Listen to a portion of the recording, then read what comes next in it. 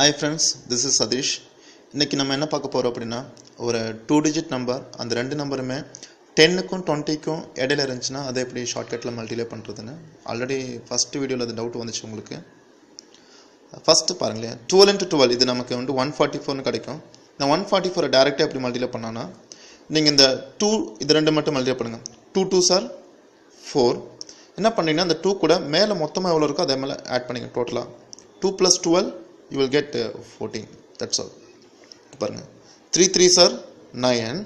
3 plus 13 16 டைரக்ட்டா கிடைக்கும். இங்க பாத்தீங்கன்னா 13 into 12 156 னு கிடைக்கும். தெரியும் நமக்கு. அது எப்படி வந்துச்சுனா 3 2s are 6. 3 plus 12 15.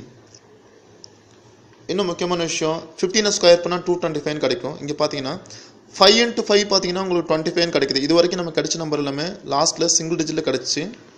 ஆனா இங்க மட்டும் 5 into 5 25 னு கிடைக்கும் இல்லீங்களா? அப்ப 25 ல கிடைக்கும்போது லாஸ்ட் நம்பர் மட்டும் எழுதிட்டுங்க. ரிமைண்டர் அப்படியே வச்சுக்கங்க. 5 5s are 25. 25 க்கு 5.